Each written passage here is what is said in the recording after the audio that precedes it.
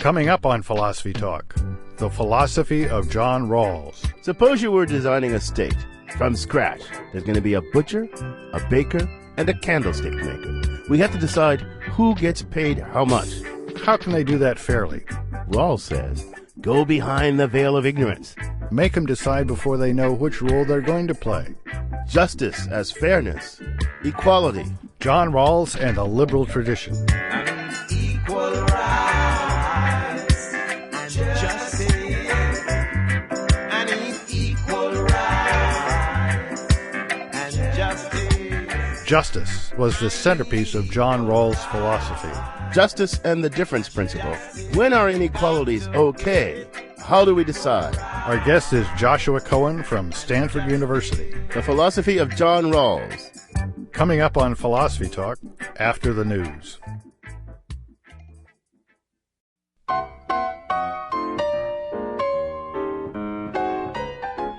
Welcome to Philosophy Talk, the program that questions everything. Except your intelligence. I'm John Perry. And I'm Ken Taylor. We're coming to you from the studios of KALW San Francisco. Continuing conversations that begin at Philosopher's Corner on the Stanford campus. Today, the philosophy of John Rawls, one of the most influential political philosophers of the 20th century. Rawls articulated a vision of the liberal state focused on the principle of justice. Rawls' most significant book was probably his Theory of Justice. Continuing the ideas of Locke and others, Rawls maintains that the best way to think of the state is as the result of a social contract. Think of the beginning of our Declaration of Independence. We hold these truths to be self-evident, that all men are created equal, that they are endowed by the Creator with certain inalienable rights. And then here's the important part, that to secure these rights, governments are instituted among men, deriving their just powers from the consent of the governed. It's that last idea that governments are instituted among men, or humans at any rate, for a purpose, and so the powers of government are limited by this original agreement or social contract. But unlike our founding fathers, Rawls doesn't argue that they come from God as the source of right.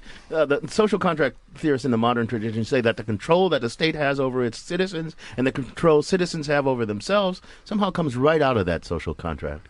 And they don't necessarily think of the social contract as an actual event. It's a framework for thinking about what's fair and just. What would people agree to? What control would they agree to cede to the state, and what would they reserve for themselves if they were forming a state? And Rawls's vision of this social contract has this really special twist. He thinks of the deciders, the people negotiating the contract, that they should operate behind what he calls the veil of ignorance. But Ken, that's weird. Usually if people are negotiating an important contract, you don't want them to be ignorant. What's the point? Well, it's a very clever idea that Rawls has that's designed to ensure that the contract will be fair, that the participants will negotiate in a disinterested way. Disinterested, not uninterested. Disinterested meaning having no stake in the outcome, like a judge should be. But if the negotiators are ultimately governed by the state they're creating, they will have a stake in the outcome. How can they possibly be disinterested? Well, that's the really clever part, John. But it's going to take a little setup to explain how clever this is. We can talk about the roles people will be playing in the state after it's constituted. But for illustration, let's just suppose there's going to be butchers, bakers, and candlestick makers. That's sort of cutesy, Ken, but go on. Well, these negotiators operating behind this veil of ignorance, they have to decide who gets what kind of role and what rewards and benefits go with this role without knowing which role they're going to play.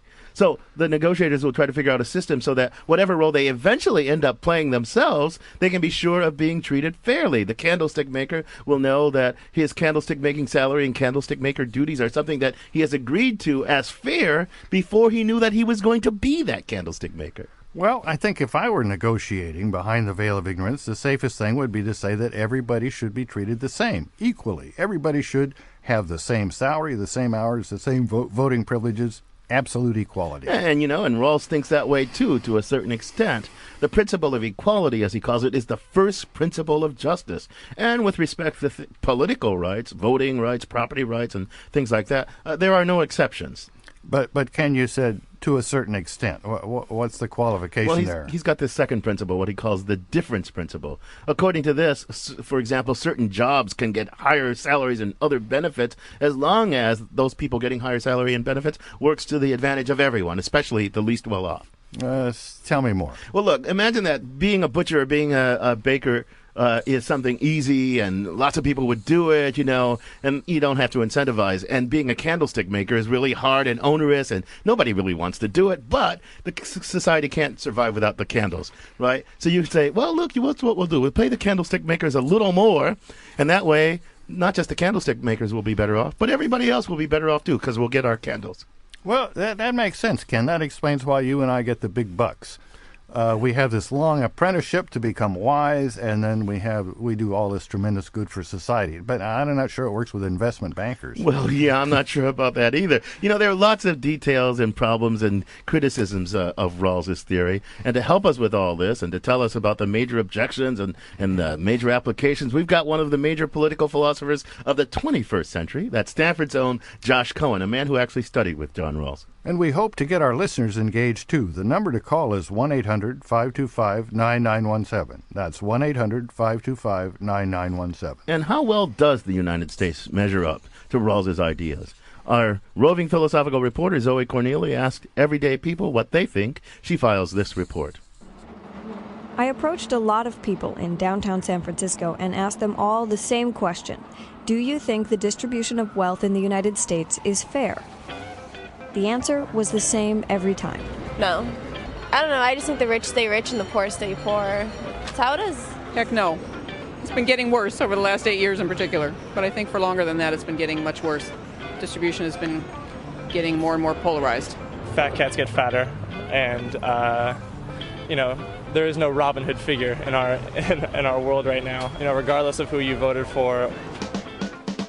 Research shows the income gap in the United States has been widening for decades, and it's been growing faster in recent years. During the presidential campaign, then-candidate Barack Obama got a lot of attention, positive and negative, for telling Joe the plumber he wanted to redistribute wealth. Your new tax plan is going to tax me more, isn't it? It's not that I want to punish your success. I just want to make sure that everybody who is behind you, that they've got a chance at success too. I think when you spread the wealth around, it's good for everybody.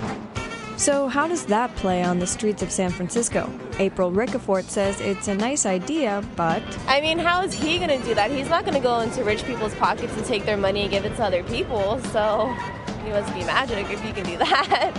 I mean, I hope he can do it. That'd be cool. I think Barack Obama, he has a whole lot of ideas. I just hope he could really just put them into fruition.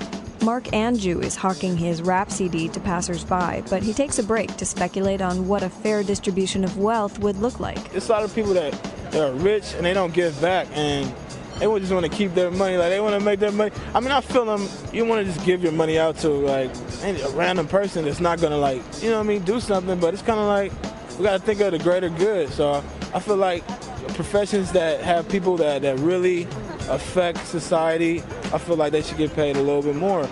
I think teachers are on the spectrum. They're kind of hot, the highest up. I feel like because they directly affect kids. To Barbara Forsberg, fairness means taking care of the neediest in society. I guess my main concern would be that there be a certain floor below which people are not allowed to fall. Then if people want to work harder or, go above and beyond for their own individual gain, good for them. But below a certain level, it's not good for society. Joyce Wagner says she and her husband have worked hard to build their own wealth. He was a missile engineer, and I raised 4 daughters. And since we were raised in the 30s, we were frugal, and we lived within our means, saved for our future, and we feel that we certainly have earned our wealth. She says now at 78 and 80 they are financially secure, and while they've always gladly paid their share of taxes, we certainly don't want to give up everything we have because we did sacrifice for it for people who think, well, I'll get mine whether I do it or not. Maybe the only way to get a truly equitable distribution of wealth is to eliminate it altogether. That's what Sam Bosson thinks anyway. In a perfect world, for me, I would say that there wouldn't be money, and there wouldn't be a hierarchy, and there wouldn't be a this, that, and the other thing, but that's not going to happen.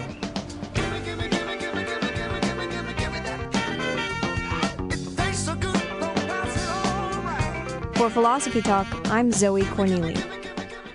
I'm John Perry. With me is Ken Taylor. And our guest today is Joshua Cohen. He's a professor of political science, philosophy, and law at Stanford University. He's a prolific philosopher, written all sorts of things. But right now, he's paid homage to his teacher, John Rawls, by being a contributor to a forthcoming critical edition of A Brief Inquiry into the Meaning of Sin and Faith, Rawls's undergraduate thesis. Josh, welcome to Philosophy Talk. Nice to see you guys. I don't get to see you enough around campus, so it's good to see you here.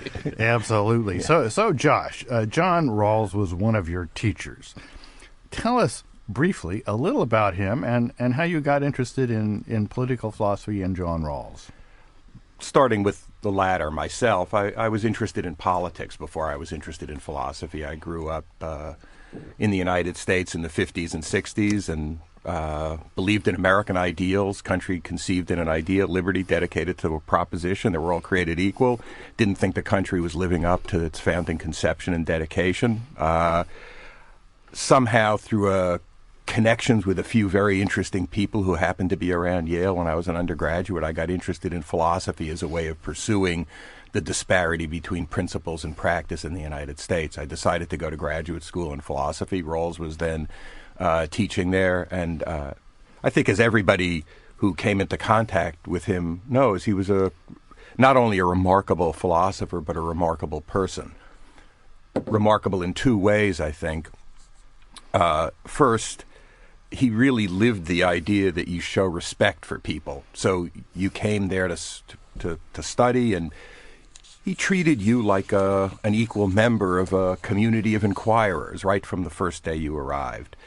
And also, equally important, along with the respect, was that there was a kind of moral seriousness about him. He really thought that the issues that he was working on and that other people working in political philosophy were working on were incredibly humanly important, and he conveyed that seriousness to his students. A great teacher as well as a great philosopher. Yeah. Now, Josh, a great person, a remarkable person. Yeah. Let's start on a positive note, if we can.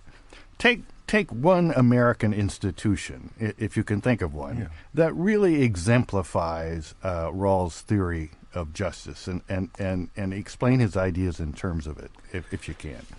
Briefly. Why do you keep saying briefly? Rawls had two principles, a principle of equal basic liberties, equal political and personal liberties, and then a second principle, which included an equality of opportunity idea and a fair distribution of resources idea. So the first principle said that people should have equal basic political liberty, equal political liberties, and equal liberties of conscience and person. I think it's fair to say that the United States does okay and has done better over time. Moral arc of the universe is long, but it's turned toward justice. It's done better over time on that first principle. It's an extraordinary achievement to establish equal basic political and personal liberties for all people. Especially if you look at the trajectory of American history. I mean, people started out with slaves, women couldn't vote, all this stuff, and that, it's true. I mean, so I think in that sense, America looks a little like a Rawlsian state, a Rawlsian liberal state. What about economic equality and inequality? There are two issues there. One is the equal opportunity idea, and the other is the fair distribution of resources idea. I think better on the equality of opportunity, although not great. And on the fair distribution of resources idea, I'd say kind of a disaster the last 35 years. Or 38, who's counting? For a long time, things have not been going too well. On a fair distribution of income. And I think it's especially important that our income inequalities don't benefit the worse off. It's more like the better off exploit the worse off, and that's the deeply anti-Rawlsian thing. But you're listening to Philosophy Talk. Today, we're discussing the philosophy of John Rawls with one of his premier students, Josh Cohen from Stanford University. If we were to fully implement Rawls' vision, it seems like there would have to be more equality and less differences in American life, especially American economic life. Would this really be a good thing? Tell us what you think. Join us by calling toll-free 1-800-525-9917. That's 1-800-525-9917.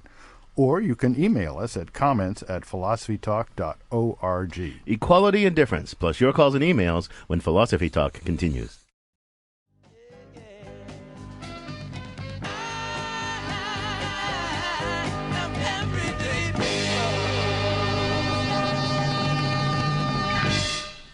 are we all just everyday people? Nobody special? That's kind of what John Rawls proposed. Do you think America falls seriously short of Rawls' vision of justice or not?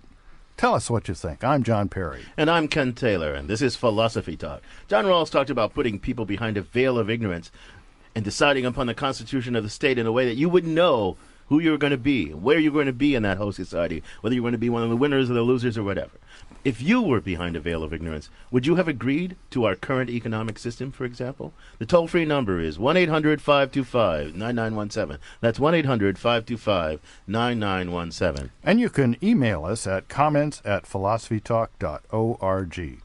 Our guest is Stanford's Josh Cohen, who was a student of John Rawls. So, Josh, I want to go back to this economic inequality thing. Here's a kind of Republican argument. Economic inequality is good because it's an engine of economic progress, because you let the investors keep all their goodies and they'll invest more.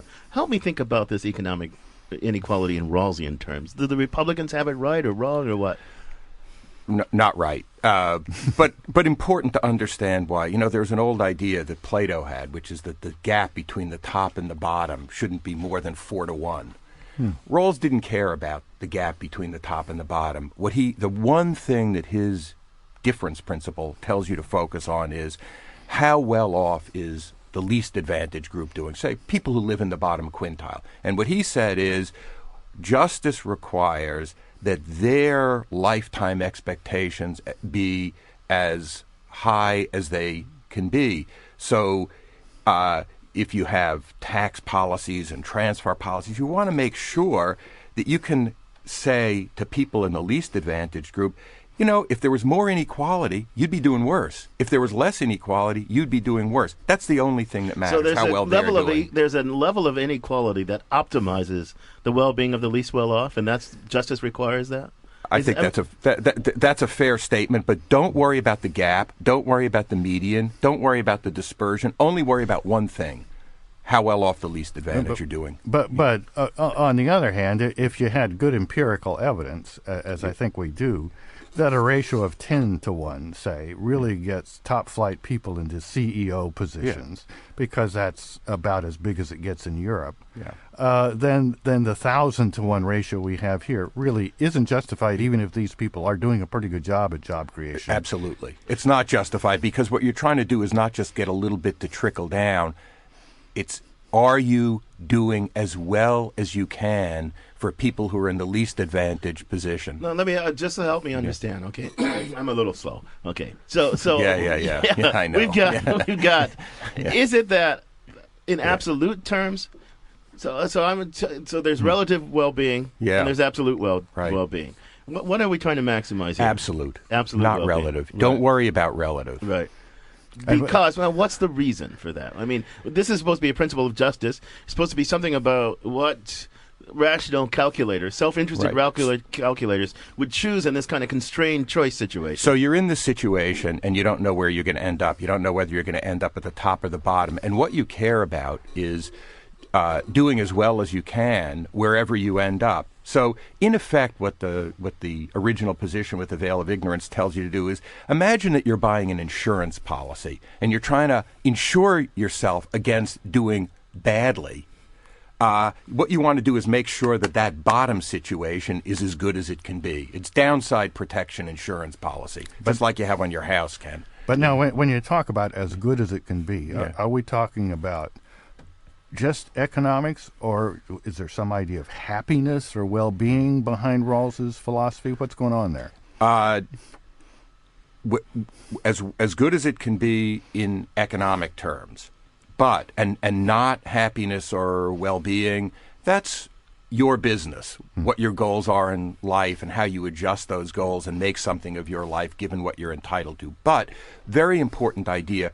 Rawls thinks that the idea of maximizing for the least advantaged in income and wealth is a way that you show respect This is how you establish a society based on the idea of people showing respect for one another, is that you don't have people who are better off doing better, even better, and people who are less well off doing worse than they could do. So go back to some of our Zoe Cornelius' subjects in the Roving Philosophical Piece. They said all kinds of different things, but one of them I recall they all sounded pretty good. Yeah, they all sounded. A lot of them Yeah. sounded pretty good, but one said we worked really hard to get what we've got, and we don't really want to give it up to. I believe in fair taxation, but I don't really want to give up what I've got to, and what I've earned and what I deserve. There's a view that the fruits of my labor and talent should be mine. If I've got more labor, more talent, then the state taking it away and giving it to somebody with less talent and less efficiency, that's somehow illegitimate. I mean, how does Rawls answer that? I listened very carefully to that person because I think she was expressing a strong and common sensibility. I thought it was very interesting when she got to the end of her comments, and what she was particularly resisting was being taxed for the sake of people who are not working and not trying hard. Rawls's idea was people who live in the bottom quintile in the income distribution are people who get up every day. They get on the bus and they go to work. They work a 40-hour week.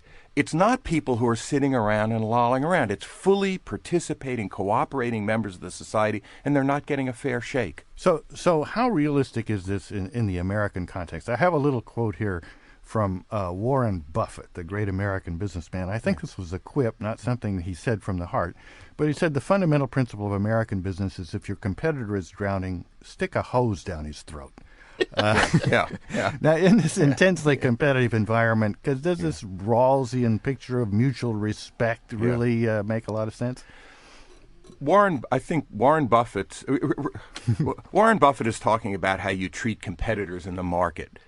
The United States isn't just a market. It's a political society. There's a political culture, and there's a division of labor. I think Rawls expects people who are competitors in the market to act the way Warren Buffett describes. When we operate as equal citizens and we're trying to decide on laws and policies, we're animated by different principles and ideals. His principles and ideals were focused on that problem of how we treat one another as equal citizens. You're listening to Philosophy Talk. We're talking about the philosophy of John Rawls, one of the great political philosopher, the great political philosopher of the 20th century. And remember, Warren Buffett supported Obama. And we'd love to have you join this conversation. The number to call is 1-800-525-9917. That's 1-800-525-9917. Or email us at comments@philosophytalk.org. And we've got a caller on the line now, Judd in San Francisco. Welcome to Philosophy Talk, Judd. Hey, listen, I just want to tell you I'm the founder of one of the oldest hippie flower tribes, the Carista tribe, and we've been working on this whole thing for years and years and years. So, and of course, your program, Philosophy Talk, is one of my favorite programs. Cool. So I just want to tell you that what you're talking about today is totally relevant. It's the timing is just absolutely right. So I want to congratulate you all, and I'll be in touch with Josh Cohen and tell him what we're up to here. Okay, Judd, thanks a lot. Appreciate that, Judd. Was Judd calling from San Francisco or Bolinas? No, that was from San Francisco. But Josh, okay, so look, you said lots of things there, and I want to challenge this a little bit. So, if I were a utilitarian, this thing about respect, here's one of the things that's always bugged me about utilitarianism. But I want to know. Just say what utilitarianism is again. The greatest good for the greatest number principle, basically. So here's the thing that you could do if you were a utilitarian. You could make the worse off, the fifth, that 1/5 quintile, as bad off as possibly could be, because if you have a bunch of exploited labor, it might maximize the well-being of the society as a whole, right? Why? What's wrong with that? What's a philosophical objection that Rawls has to that? I think Rawls's idea is, let's step back from the issue of the distribution of income and wealth for a minute. And now let's apply the principle that you were just applying, not to something controversial, contested distribution of income. Let's apply it to religious liberty.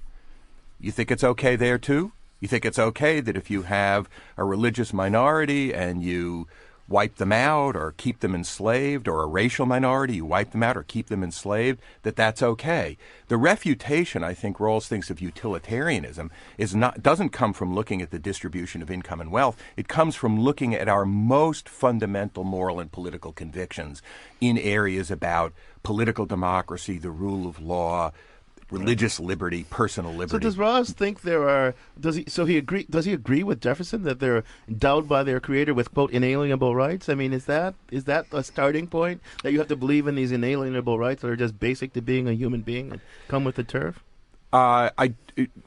Well, you said a number of different things there. Let me focus on the endowed by the Creator. I think what Rawls thought was that in a modern liberal political society with a diversity of political and moral and philosophical convictions, you look for some common ground of political argument, and you don't base your political argument on an idea like being endowed by the Creator with inalienable rights. But you do end up with the first principle of justice that says that you do, in effect, have inalienable rights. You just don't bring in the Creator. Not that you deny the Creator, but you just don't need it. So if there are people who are at odds with one another, like the Nazis and the Jews or something like that, or the Hutus and the or Tutsis, whatever, Tutsis. and they don't have this respect for one another that goes with this. Are they missing something like just this basic fact about each other? Is there some fundamental deficit of rationality or insight, or what would Rawls say about all these people who are at odds and don't share this respect for one another? I think Rawls thought of his political views as addressed to in the first instance, to a tradition of political life and political thought in which people accepted a set of basic ideas about treating one another as free and equal. And there's a huge conflict within that tradition, conflict between the more classical liberal and more egalitarian elements in that tradition. And he wanted to try to address that conflict. I think it's a somewhat different issue when you get to people who are fundamentally at odds with one another. And there, a different kind of argument may be needed. And it may be that an argument that talks about fundamental facts about human beings and being endowed by their Creator with a kind of human dignity. But his argument, I think, is not addressed to a political circumstance of that kind. Now, some philosophers, I think of David Hume or Zhuangzi in China, have had this idea that although humans are not really just naturally good, they do come in terms of human psychology with this ability that can be fostered and developed to have sympathy for other human beings. That it's as natural as other things. Is there a kind of a moral psychology like that underlying Rawls's vision? Yes and no. Let me focus on the no part is not so much sympathy. The yes part is the assumption that people have a capacity for a sense of justice, that is, to treat one another fairly.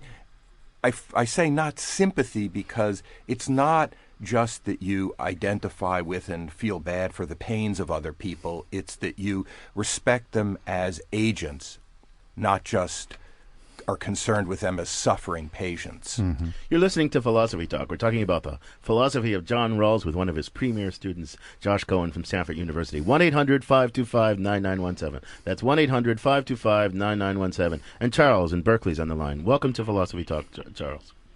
Hi. I got a question. Suppose you have a benign dictator who doesn't subscribe to many of Rawls's principles, but based on his own personal desires and his desire to remain in power and not be threatened by others, keeps incomes at a fairly equal level and has a fairly equal society. Why would you need these principles of Rawls in that case? And what isn't it the actual result that you're interested in? And in that case, why would the principles be necessary? Take it away, Josh. That's a very good question. And the short answer is it's not just the result that you're interested in. People in the society have this, as I was just saying, say a capacity for a sense of justice. We don't need a benevolent dictator or a malevolent dictator or any kind of dictator at all to help guide us in achieving a fair society. So there's an insult to us as free and equal persons, as politically moral agents, in the supposition that we need a dictator to help us to achieve fair outcomes. But it's not all about the outcomes. It's about the process, too. Erica in Oakland's on the line. Welcome to Philosophy Talk, Erica. Hi. My question is more related to the distribution of wealth issue, and about kibbutz, the kibbutz model in Israel. And one question is just sort of generally how does this fit in with this philosophy, but also more specifically, I lived on kibbutz in the early 1990s and found a vast difference between the people who were older, who had founded the kibbutz in the 1920s, who had been very idealistic about equal distribution of wealth and kind of Marxist principles about labor and contribution, and then their children who had been born there and raised in this environment, and their children who had totally different, much more materialistic acquisition, I want to get more money because I work harder kind of an orientation. And I wondered if it just seemed like this was sort of a model that sounds nice but isn't sustainable based on kind of natural human tendencies. Thanks for the question, Erica. So Rawls worried about stability. Very good question. 2 points in response. First of all, you can always count on children to spoil the designs and aspirations of their parents, as in the case that you mentioned. Secondly, my understanding, and it's very limited, I'm sorry, of the kibbutz model, is that it's much more small groups, solidarity, and equality. Rawls, as I was saying earlier, is not opposed to inequality. What he's concerned about is that the least advantaged do as well as possible. Now, you describe that, Erica, as an idea about redistribution. I describe it as an issue about fair distribution, not redistribution. You're listening to Philosophy Talk. We're discussing the philosophy of John Rawls with Josh Cohen from Stanford University. So what do you think? Is Rawls too much of a lefty? Too much of a righty? Is he not sufficiently committed to equality? Does his veil of ignorance really make sense for a society in which people have such diverse religious convictions and political views as they do in America? Or in the world as a whole, for that matter? Rawlsian principles and pluralism, plus your calls and emails when Philosophy Talk continues.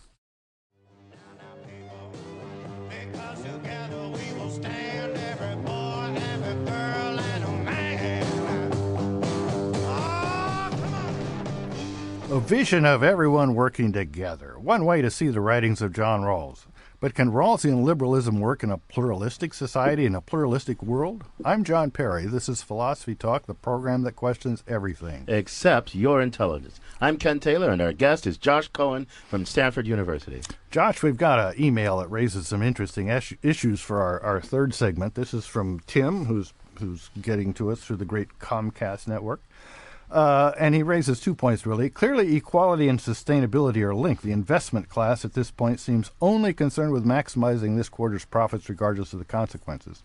Meanwhile, the environment, natural and social, are destroyed. You can do it for a while, but eventually those without water, air, money will have nothing to lose and revolt. So we've got two things. Now, Rawls wrote before the environment was such a big issue. So how does his work fit with environmental concerns and also the international thing? I mean, we might have a just society in America that meets the difference principle and the equality principle, but by making it work, we may be screwing up the rest of the world. So how did Rawls come to think of these concerns? He didn't really have very much to say on the environmental issue, although it's interesting that the listener connects the environment issue with the inequality issue, and he did have a lot to say about the inequality issue. And insofar as unfair inequalities are terrible for the environment, Rawls does have something indirect to say about them, but I think it's a limitation of his view that he doesn't really have very much to say about the environment. On the global issue, the last book that Rawls wrote was called The Law of Peoples, and to the disappointment of a lot of his readers and followers and enthusiasts, he didn't think of his two principles of justice, that equal liberties, fair equality of opportunity, and difference principle, as extending to the whole globe. He imagined a global society divided into separate peoples with different political traditions and different political aspirations. And what he thought was that you wanted to ensure that these different societies were organized in at least a decent way, but he believed that there was a kind of tolerance that you have to show at the global level, and that what you didn't want to do was win the whole world for his political liberalism, that was intolerant. That's really fascinating. We've got a caller that may take us deeper into this question. Sue in Oakland's on the line. Welcome to Philosophy Talk, Sue. Thank you. I'm just calling to say that the Nazis were murdering fascistic thugs who overpowered innocent people, and I don't think you can call that the Jews and the Nazis being at odds with one another. Well, they're at least at odds, Sue. I don't know. Yeah. Thanks for the comment. But I think it's very important. I think I agree entirely with Sue's point. And I should say that, about Rawls, to, kind of personalize this in a way, or to personalize it, when Rawls, as you mentioned at the top of the hour, Ken, Rawls wrote an undergraduate thesis at Princeton in 1942, which is being published by Harvard University Press this spring, about faith, sin, and community. And at the time that he wrote it, he was thinking of becoming an Episcopal minister, thinking of going to theological seminary. He volunteered for the Army to fight in World War II and fought in the Pacific. And he explained in an essay that he wrote, not published, though it will be in this book coming out from Harvard University Press, he wrote an essay late in his life that what led him away from his orthodox, high Episcopal religious convictions were three experiences during World War II. I won't describe the two of them, but the third of these was not a direct experience, but his knowledge about the Holocaust. And he thought that he couldn't reconcile his traditional, conventional religious convictions with the Holocaust. And from his earliest writing until his latest, he always described the Nazism as a hideous evil. Right. No, I don't think anybody would deny that. But let's ask a question that takes this worry a little further. People do all sorts of horrible things. And now, you said on the international level, they overall sort of argued for a kind of decency and a kind of tolerance. Suppose that a nation were as diverse as the world is.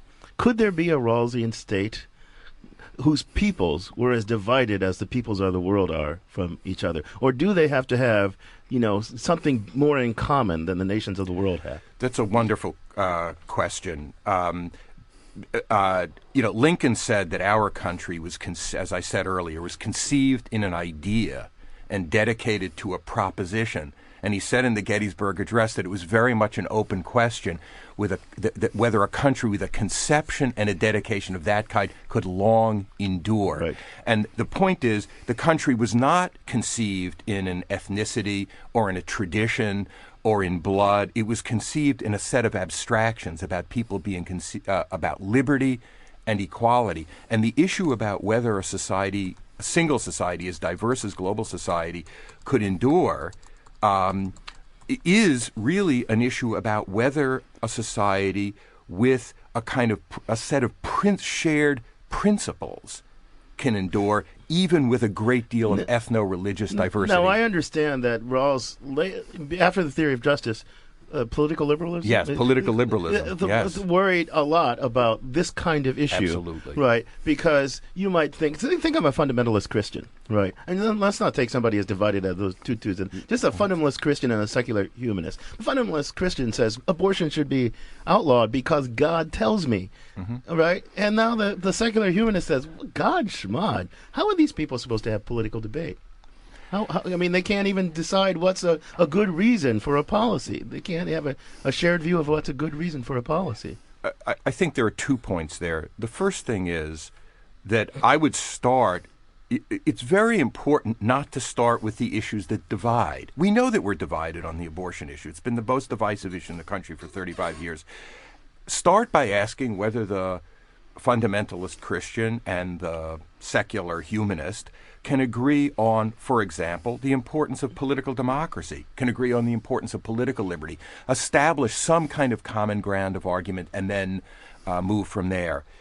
The other thing is that there are lots of people who think that abortion is morally wrong, think that it's murder, but don't think that it ought to be that moral belief ought to be established as a matter of law. That was the position that Governor Cuomo, a Catholic, not a fundamentalist, of course, that Governor Cuomo took at Notre Dame in 1984. It's the position that Pelosi takes. It's the position that Vice President Biden takes. So you look for some common ground and don't be quick to assume that people who disagree on some things can't agree on some other things. So find enough Yes. common ground in your view about what should and shouldn't be. Yes. Right? To build a political state. And it sounds like Rawls thinks you don't have to settle all ethical, moral disputes in order to have a political Don't state. expect too much from philosophy. Or politics, right? This may not be the right show to say that. Isn't it also or politics? And don't expect too much from politics. You have a certain sense of humility about philosophy and about the limits of politics. You have a political idea, not a religious, general moral idea. We got one last caller in the line. Mikhail in Oakland. Did I say your name right? Yeah, that's correct. Okay. What's your comment or question? My question and comment is, the Constitution of Stalin guaranteed pretty much the same things that the American Constitution guaranteed. But look at the result. And you're saying that your guest is saying that you ultimately will fall back on human nature to guarantee that the interpretation and the execution of the principles are in line with his vision or Rawls' vision. But there are plenty of people in Russia who today who wish that the old Soviet Union would come back, that the Russians were better under the old Soviets. So my comment is that you cannot guarantee that your interpretation will be as of these principles will be as you wish, because if the bottom line is the human nature, then whatever the broad range of people decide is correct, it would be ultimately correct. I hope I didn't say that. But there is no, I think what we agree on here is there is no guarantee of justice. There's no substitute for the conscientious efforts of people guided by decent principles, guided by an idea of mutual respect, to try to achieve what they can achieve through common political means. And you can't, there's no guarantee of success that lies in human nature or in documents or in anything else. You have reasonable faith that the conscientious efforts are going to produce something decent. So, Josh, let me shift gears here just a little.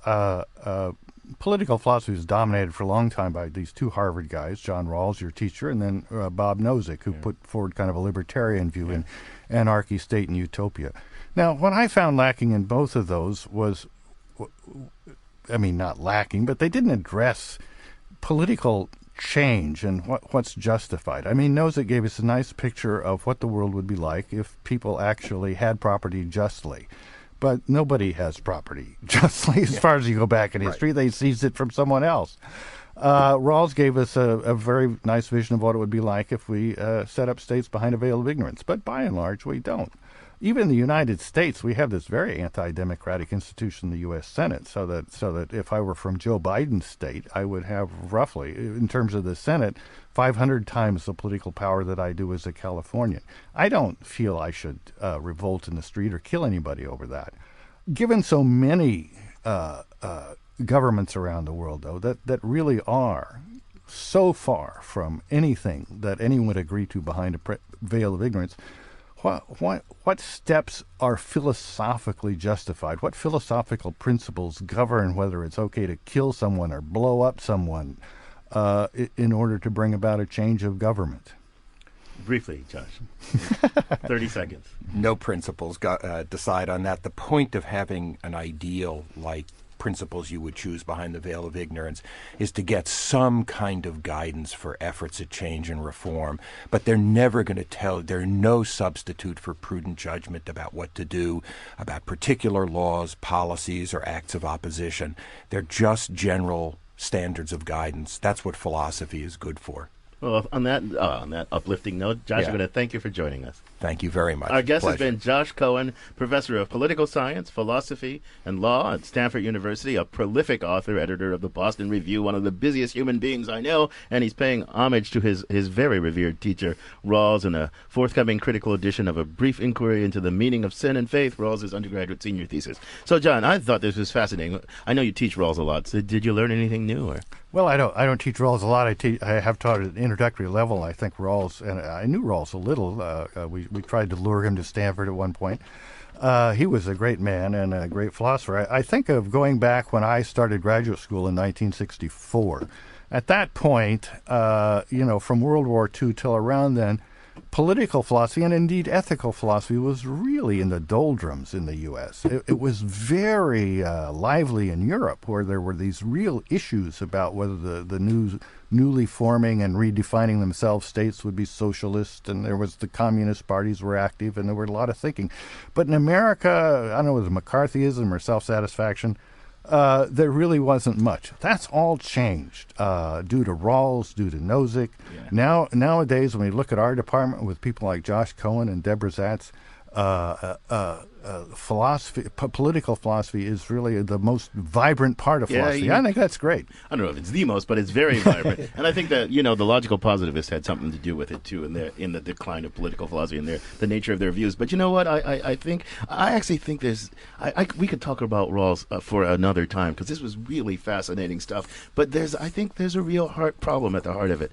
I don't think Rawls sufficiently cope with how divided people are.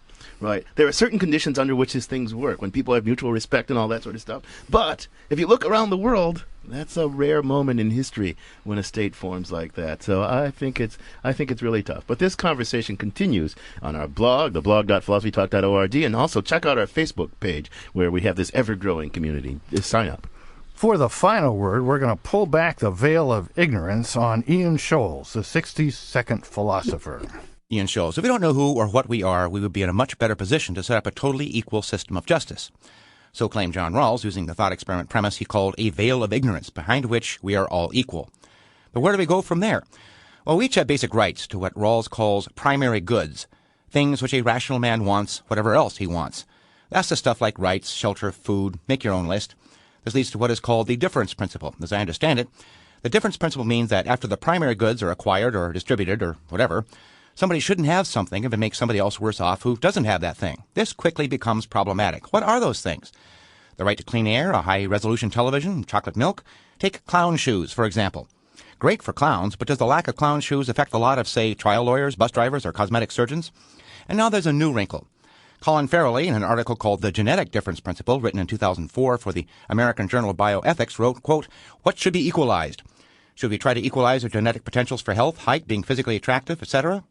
Suppose, for example, we could maximize the genetic endowments of the least advantaged in the next generation by legislating mandatory genetic screening of fetuses, and, where necessary, compulsory use of prenatal genetic therapies," unquote.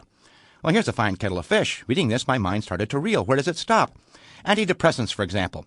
Why should the rich have them and the poor not? It's much more depressing to be poor than rich, believe me. In the future, as genetic knowledge gets more sophisticated, and we can either cure people with diseases or prevent the diseases in the first place, who gets the treatment? And what about enhancements? If we can use drugs or gene therapies to make ourselves smarter, stronger, happier, who gets them? Who doesn't? Who pays for it all? Should we just say the hell with it, have the veil of ignorance surgically removed, and try to live together in a Hobbesian, dog-eat-dog libertarian hell? I don't know. Whatever happens, though, let me keep my clown shoes. Please? I gotta go.